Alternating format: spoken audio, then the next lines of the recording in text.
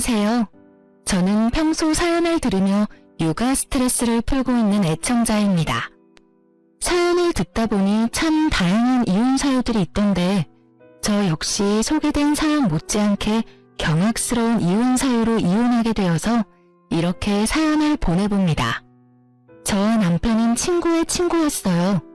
그러니까 한 남자인 친구를 중심으로 남편은 친구의 초등학교 때부터 친구, 저는 그 친구의 고등학교 때부터 친구였어요.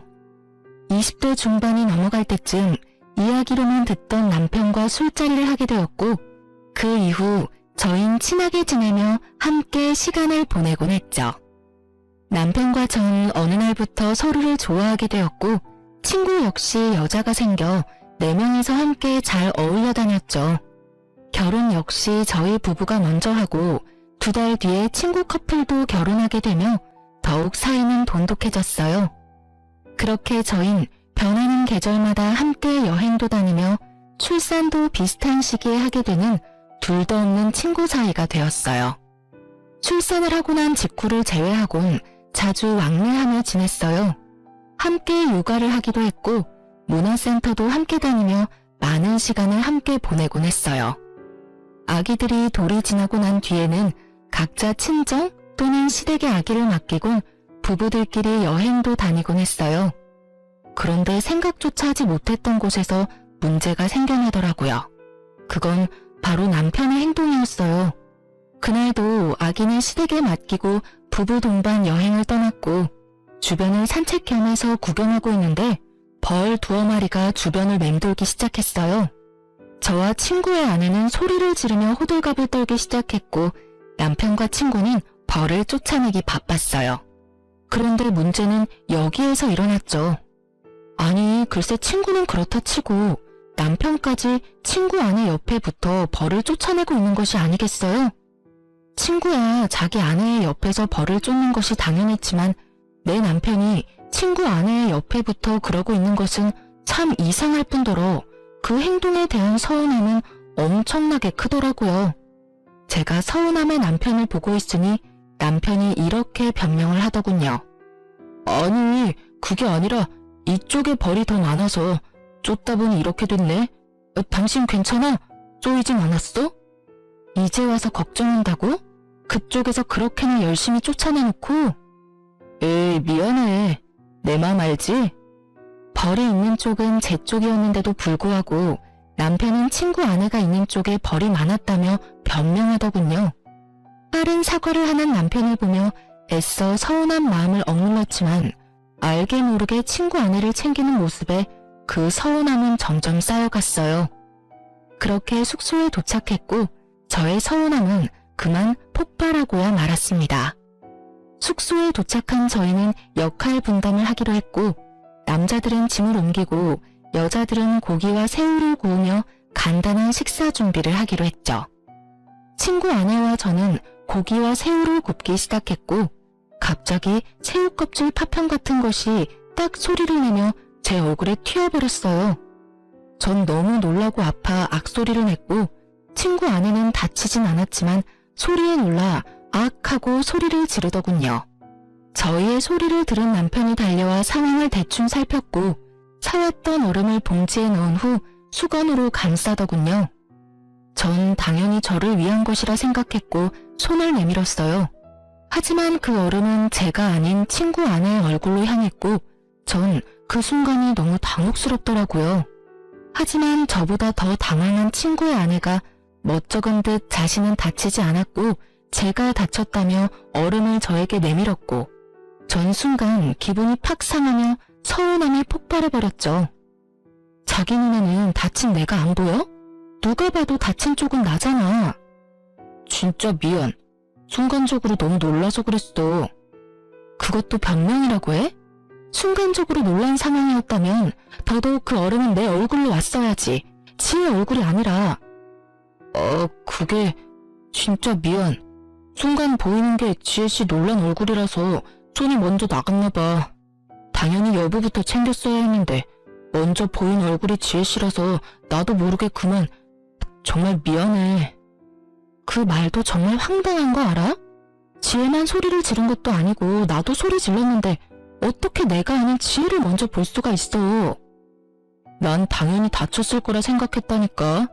아니, 그리고 생각해보니까 내가 마냥 미안하다고 하는 것도 이상하지 않아? 난 정말 지혜씨가 다치고 당신은 괜찮은 줄 알았어.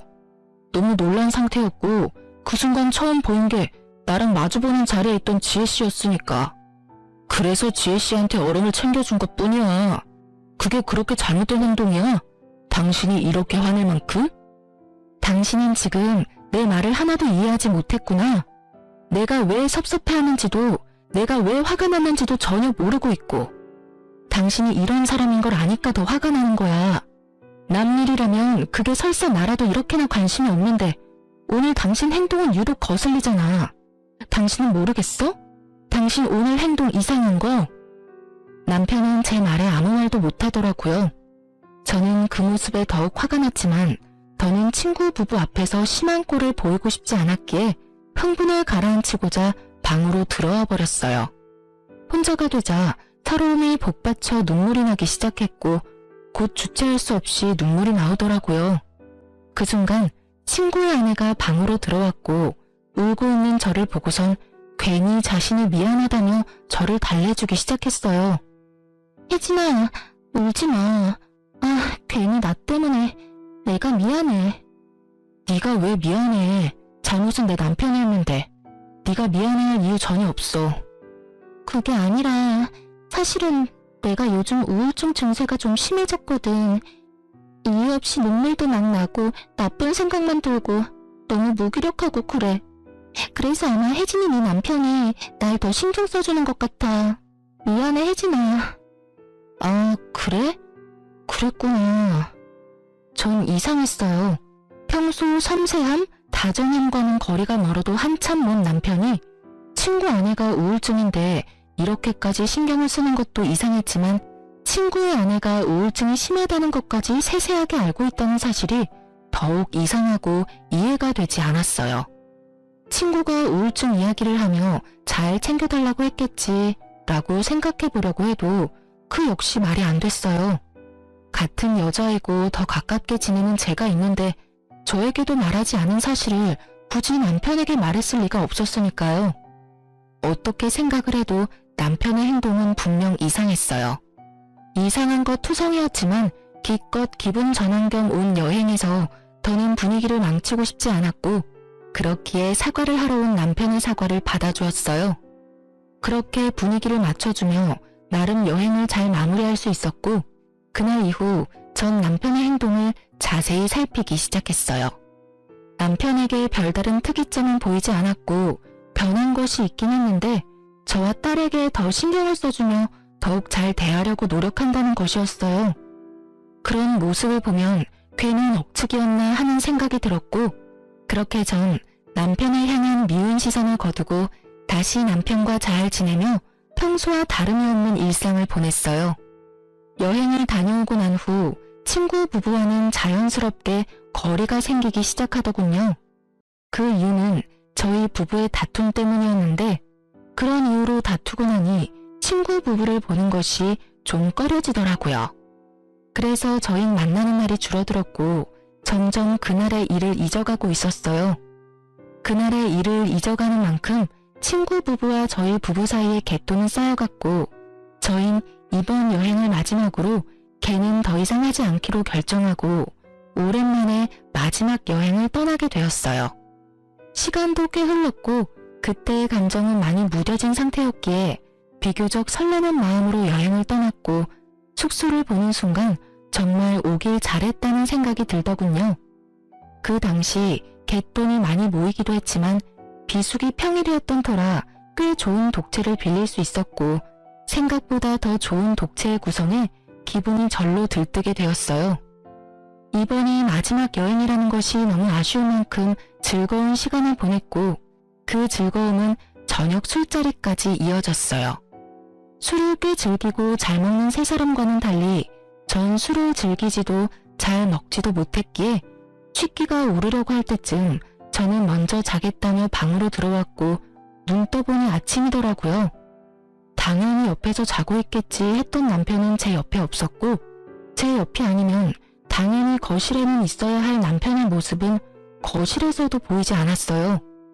저는 혹시나 하는 마음에 친구 부부의 방문을 살짝 열어보았고, 침대엔 친구 부부가 자고 있더군요. 그 순간 안도감이 들며 문을 닫으려는 순간 남편이 보이는데 제 눈을 의심했습니다.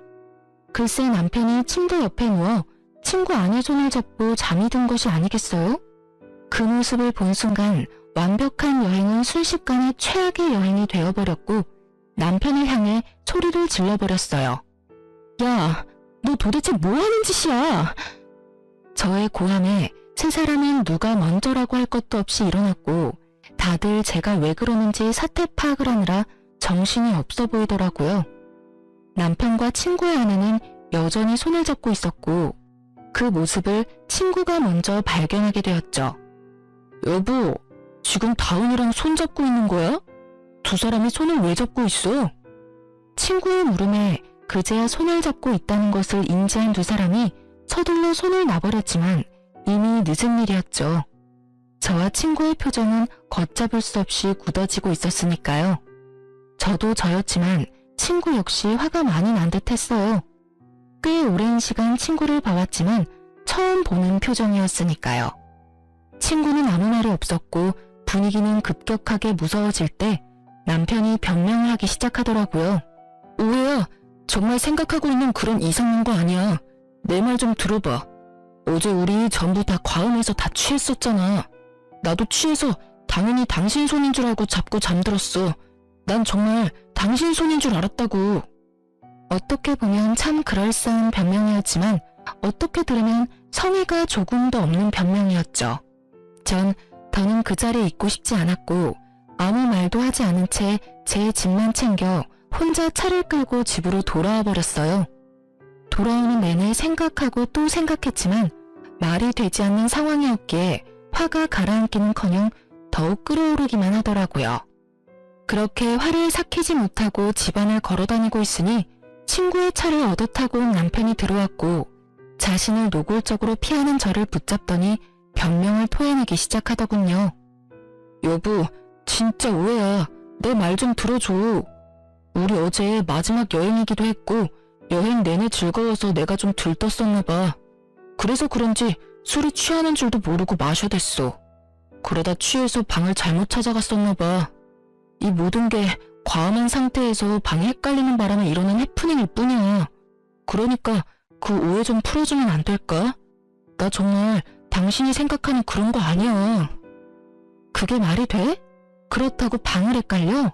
아니, 너무 취해서 방 정도는 헷갈릴 수도 있다고 쳐.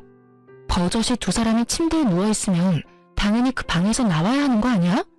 그리고 아무리 취해도 당신 내 손 잡고 잔 적도 없었잖아. 그래서 말했잖아.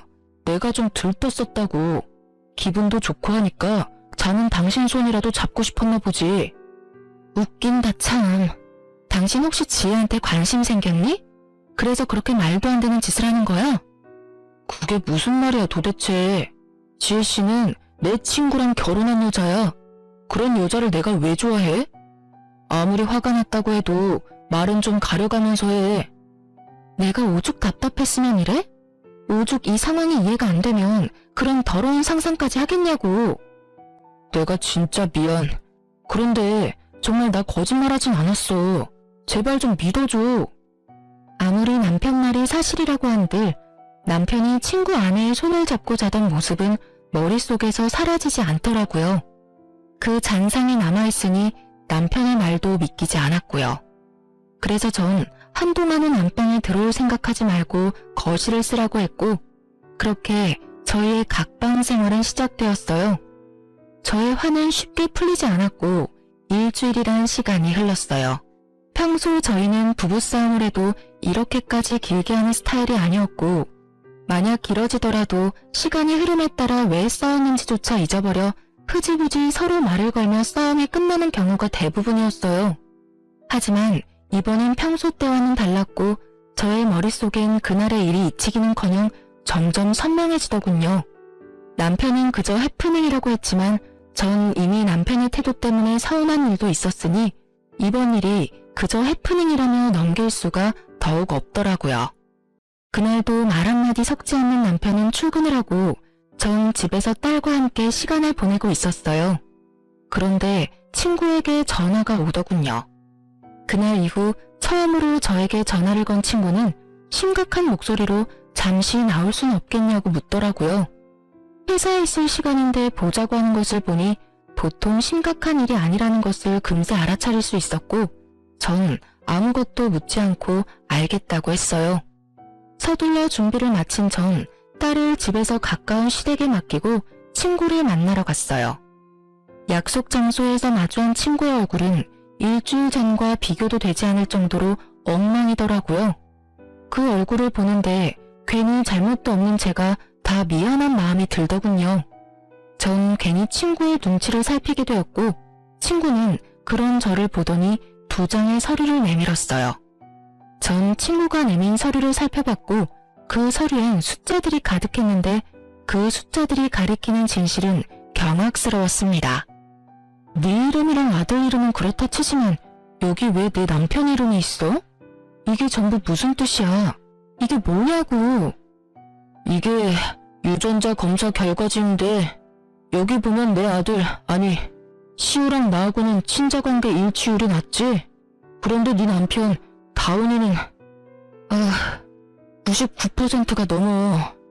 이 말이 뭐냐면 시우는 내 아들이 아니라는 말이야.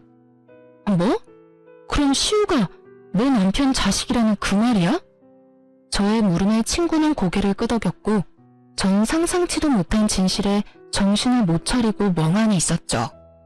퍼센트로 듣고 나니 정신이 더욱 아득해졌고 전 친구에게 현실이 맞는 것인지 재차 물어보기까지 했어요. 저의 물음에 친구는 현실이 틀림없음을 일깨워 주더군요. 이게 도대체 뭐야? 전부 사실인 거야? 정말 현실인 거지? 꿈 아니지? 현실 맞고 사실도 맞아. 네가 보고 들은 대로 두 연놈이 그렇고 그런 사이인 것도 모자라서 애까지 낳았더라고. 우릴 감쪽같이 속이고 말이야. 할 말이 없더라고요. 아니, 그간의 이상했던 남편의 행실들이 떠오르며 할 말을 잠시 잃었다는 게 더 정확한 표현이었어요. 전 할 말을 잃었고 그간 남편의 행실이 드디어 이해되기 시작했어요. 이런 사이이니 제가 앞에 있는데도 불구하고 상간녀를 챙겼고 술에 취해 정신을 놓고 상간녀의 손을 잡고 잠이 들었던 것이었어요. 전 그저 허탈함에 몰려왔고 그 허탈함에 웃음이 나더라고요. 그런 저를 보던 친구는 왜 이런 검사까지 하게 되었는지 설명하기 시작했어요. 처음엔 그저 시우가 당근 알레르기가 있다는 사실을 알게 됐고 그땐 그냥 신기한 우연이라고 생각했어. 그렇잖아. 제일 친한 친구가 당근 알레르기 있는데 내 아들도 당근을 먹더니 온몸에 두드러기가 나니까. 심지어 증상도 네 남편이랑 똑같았는데도 그런 쪽으로 생각도 안 해봤으니 그저 신기하다고만 생각했던 것 같아. 그런데 점점 이상한 거야.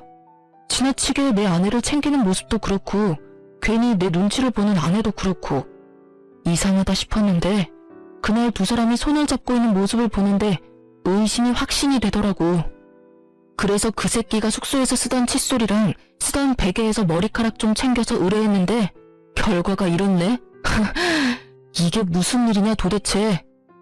친구도 허탈한 듯 웃어버리더군요. 그런 생각은 했었어요. 어쩌면 남편이 친구 아내에게 약간의 호감 정도는 있을 수 있겠다고요. 정말 딱 그 정도까진 생각하긴 했었지만 이렇게 깊은 관계라곤 상상조차 한 적이 없었는데 제 앞에 닥친 현실이 너무 아프고 충격적이더군요. 친구 역시 충격이 컸다고 하며 말을 이어나갔어요. 앞으로 어떻게 해야 좋을까? 나 혼자 결정할 문제는 아닌 것 같아서 불렀어. 넌 어떻게 했으면 좋겠어? 어떻게 하면... 친구의 말을 듣는데 눈물이 나오더군요. 제가 울기 시작하자 친구 역시 울기 시작했고 그간 많이 힘들었는지 어깨까지 들썩이며 울기 시작하더군요. 울 만큼 운 친구와 저는 이야기를 나눴고 저희의 뜻은 같았어요. 저흰 두 사람을 용서할 마음도 이대로 편하게 살게 할 마음도 없었기에 계획을 세웠고 그 눈물의 계획은 곧바로 실행하기로 했어요. 일단 친구는 남편에게 빌려준 돈부터 돌려받기로 했어요. 그간 저도 모르게 적게는 50만 원, 많게는 300만 원 이런 식으로 빌린 돈이 꽤 되더라고요. 입금 내역을 살펴보니 그 금액이 총 3천만 원 가까이 되더군요.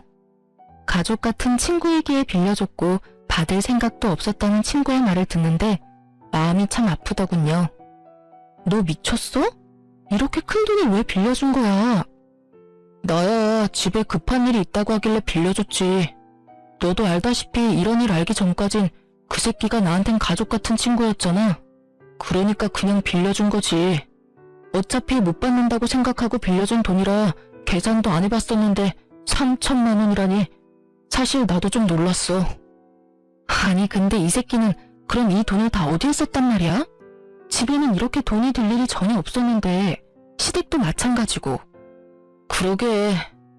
한참을 생각하던 친구는 불현듯 무언가가 떠오른 듯 짧은 탄성을 내뱉더니 저에게 돈이 어디로 갔는지 알려주더군요. 그 새끼 나한테 빌린 돈으로 내 아내한테 선물 사준 것 같아. 생각해보니까 빌린 시기에 맞물려서 아내한테 못 보던 명품백이 생겼던 것 같아. 나 진짜 바본가? 어떻게 그걸 지금 할 수가 있지? 그럴 수도 있지. 너나 나나 그런 쪽으로 어디 생각이나 했어? 그렇게 가깝게 지냈으니 당연히 믿어 의심치 않았지. 와, 진짜 이 새끼 대단한 개새끼였네. 정말 친구의 말대로 남편은 대단히 파렴치한 놈이더군요. 가족 같은 친구 아내와 바람을 피운 것도 대단한 짓인데 그 친구한테 빌린 돈으로 선물까지 사주다니. 정말 난놈은 난놈이다 싶더군요. 분노에 찬 친구는 당장 돈을 갚아달라고 문자를 보내고 난 후 자신이 증거를 충분히 모았다며 카톡 대화 내용, 함께 찍은 사진 등을 저에게 나눠주더군요. 친자 검사 결과지 복사본도 챙겨주었고요. 전 그 모든 증거를 잘 챙겨 시댁으로 향했어요. 딸을 데리러 가는 목적도 있었지만 더 큰 목적이 있는 시댁 방문이었어요. 평소 아버님은 입버릇처럼 이런 말씀을 하시곤 했어요. 어머님 역시 같은 생각이었고요. 둘 다 잘 듣거라. 부부 사이에 다른 건 몰라도 폭력, 외도는 사람이 해선 안 되는 짓이다. 폭력에는 언어폭력도 당연히 포함되고 외도엔 정신적인 교류도 포함되는 거란다. 혹시나 만에 하나라도 이런 짓거리를 하다 걸리는 날엔 그 누가 되었든 난 절대 용서하지 않을 테니 잘 새겨들어. 이런 당부를 남편뿐 아니라 저 역시 귀에 못이 박힐 정도로 들었던 터라 모든 사실을 일단 아버님과 어머님께 알리기로 한 것이었죠. 시댁에 들어선 저의 낯빛이 심상치 않음을 눈치챈 어머님은 저에게 무슨 일 있냐며 제 표정을 살피기 시작했어요. 아가, 무슨 일이 있니? 표정이 너무 안 좋구나. 아버님 오시면 말씀드려도 될까요? 2번 말하기엔 제가 너무 힘들어서요. 그래? 네가 정 그렇다면 그렇게 하려무나. 일단 좀 앉아. 안색이 너무 안 좋아. 저를 소파에 앉힌 어머님은 아버님께 전화를 걸어 집에 일이 있으니 일찍 들어오라는 말을 전했고 얼마 지나지 않아 아버님이 들어왔죠. 급히 오신 듯 숨을 헐떡이는 아버님에게 어머님은 물을 한 잔 떠다 주셨고 전 그런 아버님 앞에 자리를 잡고 앉았어요. 그래, 무슨 일인지 말해보렴. 아버님, 우선 이것부터 좀 보세요. 아버님은 제가 내민 검사 결과지와 외도 증거들을 살펴보셨고 이내 충격이 크신 듯 눈을 감아버리시더라고요. 그러셨겠죠. 친구와 남편은 앞서 말했듯이 초등학교 때부터 친했으니 시댁에도 자주 오가며 그야말로 가족같이 지낸 친구였고 그랬기에 시부모님들 역시 친구는 물론이고 친구의 아내까지 일면식이 있는 사이였으니 그 충격은 더욱 크실 수밖에요. 아버님에게 있던 서류와 증거들은 이내 어머님의 손으로 넘어갔고 이내 어머님의 입에서 어머니 하는 소리가 나오고서야 아버님은 감았던 눈을 뜨시더라고요. 아버님은 일단 저를 안쓰러운 눈빛으로 바라보셨어요. 넌 괜찮니? 상처 많이 받았지? 괜찮다고 하면 거짓말이고 좀 힘들어요, 아버님. 어떻게 이런 일이 현실에서 일어날 수 있는지 사실 아직까지 믿기지도 않고요. 그런데 믿지 않기엔 이렇게나 증거들이 넘치니 참 암담하네요. 그래, 당연히 그럴 게다. 일단 다 여기로 불러야겠구나. 당사자들이 다 모여야 뭐든 할 수 있을 테니 그동안 넌 안방이라도 가서 좀 쉬려무나. 아니에요, 아버님. 전 여기서 그냥 앉아있어도 충분히 편해요. 그래, 너 편한 대로 하렴. 저의 심정을 들으신 아버님은 누르던 화가 이따금씩 솟아오르시는지 노발대발하시며 혼잣말로 화를 내시기도 하고 아무 말 없이 가슴을 치시기도 하더군요. 그렇게 화를 애써 삼키시던 아버님은 이내 전화를 걸어 이 사건의 당사자인 남편과 친구 부부를 시댁으로 불러 모았고 제일 먼저 도착한 것은 다름 아닌 남편이었습니다. 남편은 아무것도 모른 채 밝게 웃으며 시댁으로 들어오더군요. 표정을 보아하니 저도 있다는 말을 듣고 드디어 우리가 화해라도 한다고 생각한 모양이었어요. 하지만 남편의 그런 헛된 기대는 산산이 부서지고야 말았죠. 시댁에 발을 들인 남편을 보자마자 아버님이 곧장 남편에게로 다가가 따귀를 날리셨으니까요. 남편은 영문도 모른 채 맞아버린 상황이 되었고 놀란 토끼눈을 하고선 입을 열더라고요. 아니 아버지, 갑자기 왜 이러시는 거예요? 이유는 말씀해주고 때려도 때리셔야죠. 남편은 따지듯 아버님께 물었고 아버님은 대꾸할 가치도 없다는 듯 한 번 더 남편의 따귀를 때리시더군요. 상황이 이렇게 되자 남편은 드디어 상황이 범상치 않음을 깨달은 듯 입을 다물고 있었고 곧 시끄러워질 것을 예상하신 어머님은 품에서 곤히 자고 있는 손주를 안고서 방으로 들어가시더라고요. 아버님은 그제야 남편에게 소리를 고래고래 지르시며 참았던 화를 쏟아내시기 시작했어요. 너 같은 놈이 내 자식이라니 내가 부끄러워서 고개를 들고 다닐 수가 없구나. 내가 널 이리도 잘못 키운 줄도 모르고 남의 집 귀한 딸한테 장가를 보냈으니 이 죄를 어떻게 다 갚느냐 말이다. 네가 제정신인 거야? 아니 인간은 맞는 게야? 어떻게 인간이라는 것이 절대 해선 안 되는 그딴 짓을 하고도 고개를 빳빳이 쳐들고 다닐 수 있단 말이냐? 너 하나 때문에 지금 몇 명이나 상처받고 인생이 망가졌는데 네가 웃어? 난 너 같은 자식은 필요 없다. 앞으로는 자식 하나 없는 셈 치고 살 테니 너도 그런 줄 알아. 아직까지도 영문을 알 수 없는 남편은 분노가 극에 달한 아버님이 무섭긴 했는지 아버님에게서 한 발 물러서며 이렇게 말하더군요. 아버지, 갑자기 왜 이러시는지 이유라도 설명해 주세요. 저도 뭘 알고 혼나도 혼나고 맞아도 맞아야죠. 아직도 감도 못 잡은 꼴이라니. 이렇게까지 내가 화를 내는데 그 이유를 정녕 모르는 게야? 네가, 네 몸이 감히 내가 그렇게 당부했건만 감히 바람을 피워? 그것도 가장 친한 친구 아내를 상대로? 아버님의 말에 남편의 얼굴이 그야말로 사색이 되어가더군요. 그러면서 저를 한번 쓱 보더니 변명을 하기 시작했어요. 변명을 들어보니 고작 상간녀와 손잡고 잠이 든 사실로 화가 많이 난 제가 아버님에게 이른 것이라고 착각하는 듯 했지만요. 아버지, 그게 아니라 다 오해예요. 저희가 다 함께 어울려 여행 자주 다녔던 건 알고 계시죠? 무슨 말을 어떻게 들으셨는지 모르겠지만 그 일도 단순하게 술을 많이 먹고 일어난 실수 같은 일이었어요. 집사람한테도 충분히 설명을 했는데 집사람은 아직 화가 풀리지 않았고요. 하지만 집사람이 생각하는 것처럼 절대 바람을 피운 사실은 없어요. 정말이에요. 맹세할 수 있어요. 아버님이 모든 사실을 다 알고 있다는 사실을 전혀 모르는 남편 놈은 맹세라는 단어까지 써가며 자신의 억울함을 털어놓았고 그런 남편의 거짓말에 더욱 화가 난 아버님의 손이 다시 올라가는 순간 친구 부부가 배를 눌렀고 일단 상황은 잠시 멈추게 되었어요. 살얼음판 같은 분위기와도 같은 상황에서 등장한 두 사람의 반응은 그야말로 극과 극이더군요. 많은 것을 각오한 듯한 비장한 표정의 친구는 아버님께 간단한 목례를 한 뒤 저의 근처에 자리를 잡고 섰고 무거운 분위기에 살짝 겁을 먹은 듯한 상간녀는 자신의 남편을 따라 목례를 한 뒤 제 옆에 딱 붙어 앉더라고요. 전 그런 상간녀에게 살짝 떨어지며 말했어요.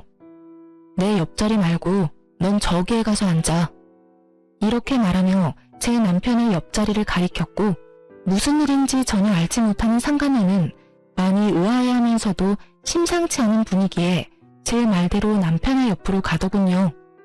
그리고 아버님의 말씀에 따라 불륜의 증거들이 거실 바닥에 흩날리며 긴 이야기가 시작되었어요. 너 방금 오해라고 그랬지?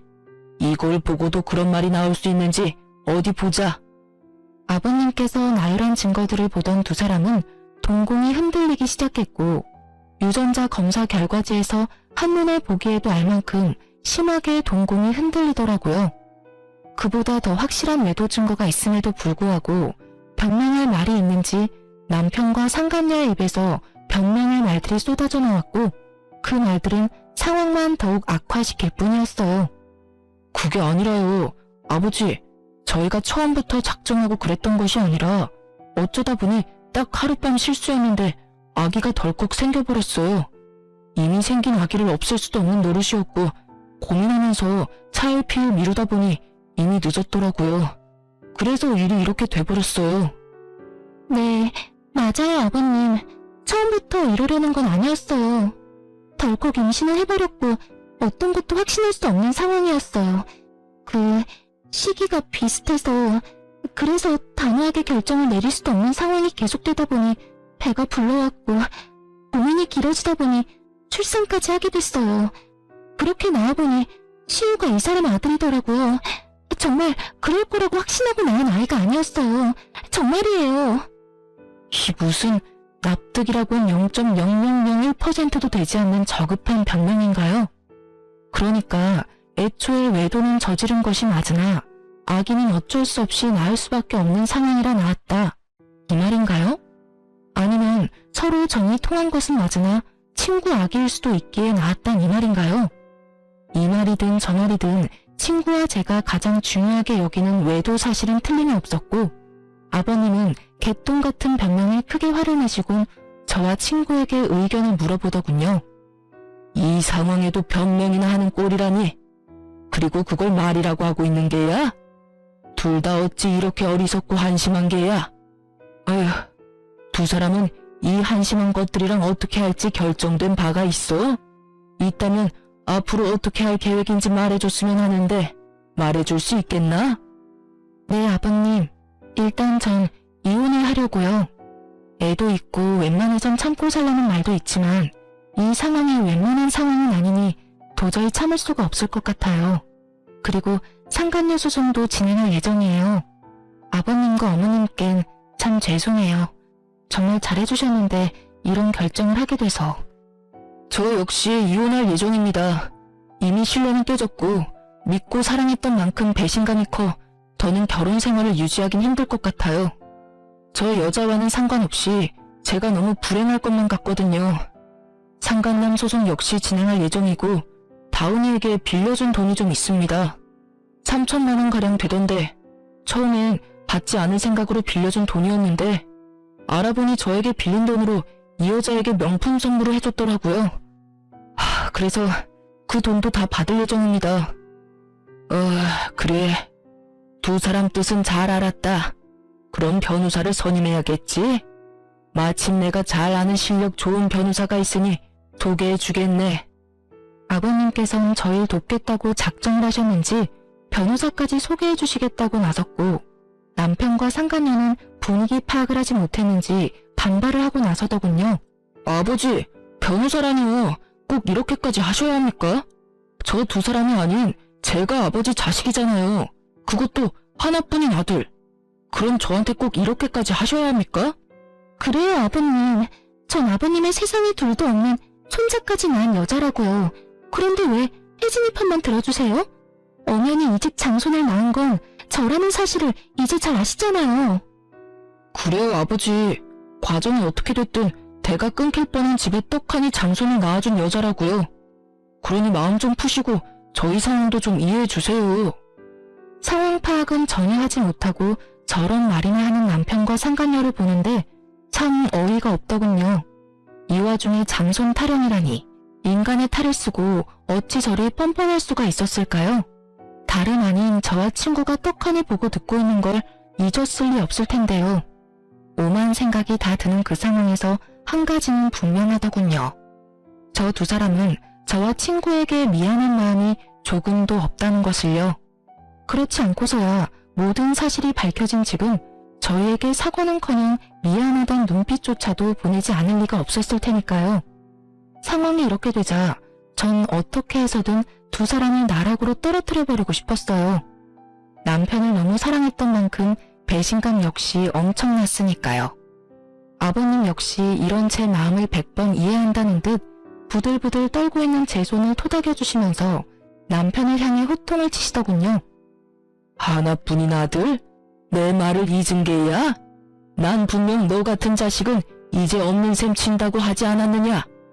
다시 한번 말해주마. 오늘부터 넌 내 자식이 아니다. 즉 연을 끊자 이 말이야. 그러니 자연스럽게 그 아이도 내 손주가 아니다. 아이라도 들이밀며 어떻게 해서든 나한테 비벼볼 생각이라도 하려 들거든. 쓸데없는 짓이니 괜히 아이만 더 불쌍하게 만들지 말란 말이다. 아버지, 그래도 제가 아버지 자식인데 연을 끊겠다니 그 무슨 어떻게 저한테 이렇게까지 매정하실 수가 있어요. 박다훈, 내가 이 이름을 지을 때 얼마나 행복했는지 넌 모를 거다. 그 행복했던 기억과 감정이 아직 내 마음과 머릿속에 남아있는데 내가 이렇게까지 할 땐 그만한 잘못을 네가 저질렀다는 생각은 못하는 게야? 아무리 제가 잘못했다고 한들 혜진이는 엄연한 남이고 제가 아버지 핏줄이잖아요. 핏줄이기에 이러는 것이다. 내 핏줄이기에. 난 네가 모든 사실이 밝혀진다면 적어도 혜진이한테 사과라도 할 줄 알았다. 비록 그것이 눈에 훤히 보이는 거짓 사과라고 하더라도 네가 최소한 사람 새끼가 맞는다면 네가 큰 배신을 한 혜진이에게 사과라도 할 줄 알았다 이 말이다. 그런데 넌 어떻게 했느냐? 혜진이를 보기는커녕 시종일관 어떻게 해서든 교묘한 수로 상황을 피해가려는 행동만 하고 내 눈치만 살피면서 내 마음만 풀어보려고 하지 않았느냐? 그제야 남편은 저와 친구를 바라보더군요. 여보, 미안해. 너한테도 내가 할 말이 없다. 그런데 정말 작정하고 두 사람을 속인 건 아니었어. 그것만은 믿어줘. 이때껏 아무 말도 없다가 기껏 한다는 말이 저 따위더라고요. 얼마나 어이가 없었으면 그 심각한 상황에 코웃음이 다 나더군요. 작정한 게 아니야? 정말 그랬다면 모든 사실을 알았을 때라도 두 사람이 만나지 말았어야지. 관계를 끊었어야지. 적어도 우리한테 그 정도 예의는 지켜줬어야지. 그 당연한 예의도 지키지 못했으면서 작정하고 속인 게 아니야. 넌 지금 그걸 사과라고 하며 그걸 변명이라고 짓거리는 거야? 할 말이 없으면 차라리 하지를 마. 그 편이 덜 비참해. 아니야. 정말 미안해. 진심이야. 진심이라는 남편의 말과는 달리 그 눈동자엔 어떠한 미안함도 담고 있지 않더군요. 그 눈빛을 보는데 절망감조차 느껴지지 않더군요. 친구 역시 저와 같은 마음인 듯 남편을 바라보는 눈빛에 기대라곤 찾아볼 수 없더라고요. 그런 남편의 눈빛과 저의 마음을 아버님 역시 알아채시고 말하셨죠. 그걸 진심을 담아서 한 사과라고 하는 것이냐? 난 너를 이렇게 파렴치한 놈으로 키운 적이 없는데 네가 이렇게 컸다면 그 역시 내 탓이라고 생각한다. 그렇기에 더욱 난 너를 자식으로 받아들일 수가 없는 게야. 난 내 하나뿐인 자식을 보지 않는 것으로 자식을 잘못 키운 벌을 받을 생각이다.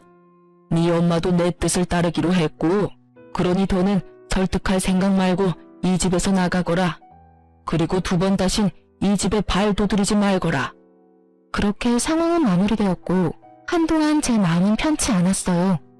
아버님이 평생 아들을 보지 않는 것으로 자신 역시 벌을 받는다는 말이 가슴에 깊게 남아 마음이 참 아프더라고요.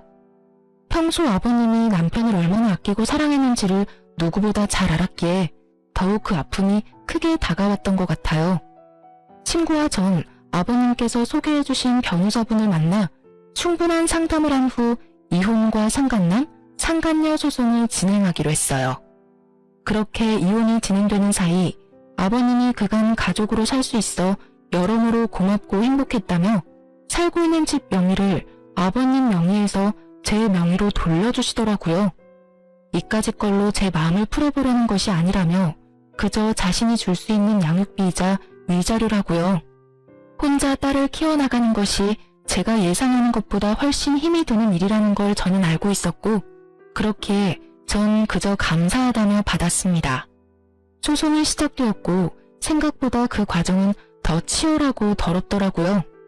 하지만 증거는 더할 나위 없이 명확했고 저와 친구는 원하는 대로 소송을 마칠 수가 있었어요. 결혼할 때도 맨몸으로 시집왔던 상간녀는 위자료를 감당할 여유 따윈 없었고 상간녀에 대한 마음이 진심인 전 남편이 자신의 위자료와 상간녀의 위자료까지 감당하고 나서더군요. 한 푼도 빼지 않고 다 받을 수 있다는 안도감과 함께 배알이 꼬이는 것은 어쩔 수 없더라고요. 사람 감정이란 게 참 마음 같지 않다는 걸 다시 한번 깨달았네요. 그렇게 전 남편은 빚더미에 앉게 되었어요.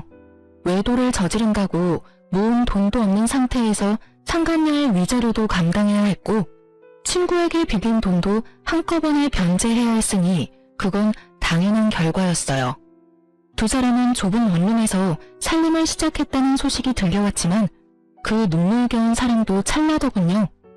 진심으로 상간녀를 사랑했던 전 남편과는 달리 상간녀는 가난을 이겨낼 만큼 남편에 대한 마음이 절절하진 않았고 결국 전 남편을 버리고 아들과 함께 친정으로 가버렸다고 하더라고요.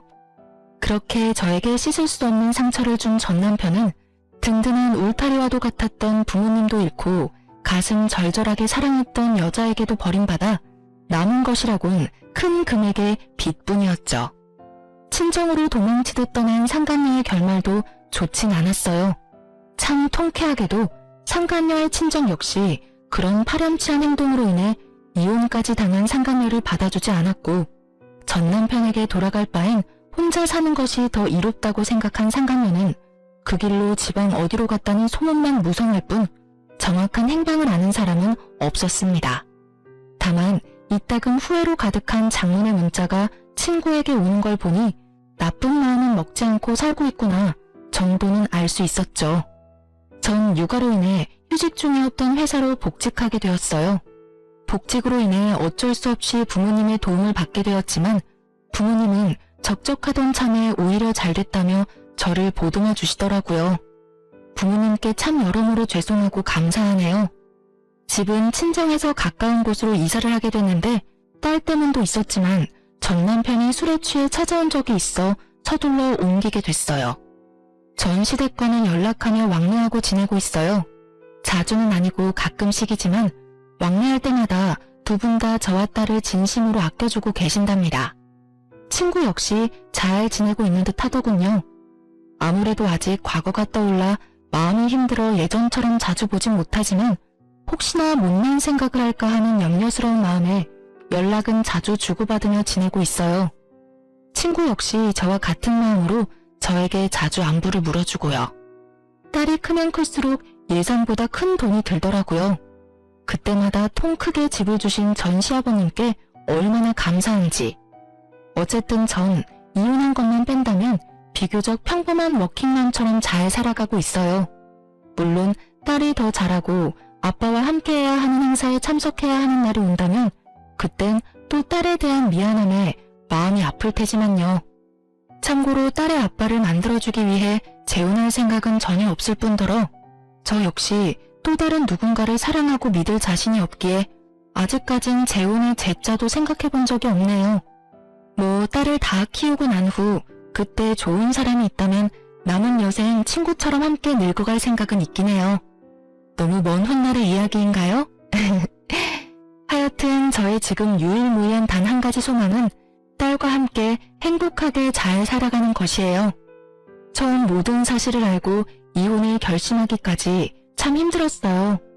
막상 친구와 함께 이혼 결심을 하고 복수 계획까지 세우면서도 이게 맞나? 이렇게 되면 우리 딸은 어떻게 하지?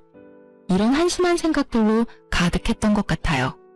그 당시엔 혼자 헤쳐나갈 길이 너무 험난해 보였고 그 험난한 길에서 딸이 받게 될 상처가 너무 두렵더군요. 그렇게 겁이 많던 전 용기를 내 이혼을 해냈고 지금은 이혼하기 전보다 더할 나위 없이 잘 살고 있고 행복해요. 그러니 남편의 잘못으로 이혼은 하고 싶지만 앞으로 남은 날들에 대한 두려움으로 망설이고 계신 분들께 말씀드리고 싶어요. 이혼이 정답은 아닙니다. 다만 여러분의 인생을 망가뜨리고 구렁텅이에 발을 담그면서까지 결혼 생활을 유지할 필요는 없어요. 저를 보세요. 그렇게 두려워하던 저도 이렇게 나름 잘 살아가고 있잖아요? 그러니 한 번만 용기를 내보세요. 여러분 인생은 소중하답니다. 그럼 저는 물러가 볼게요. 저의 긴 사연 들어주셔서 정말 감사합니다.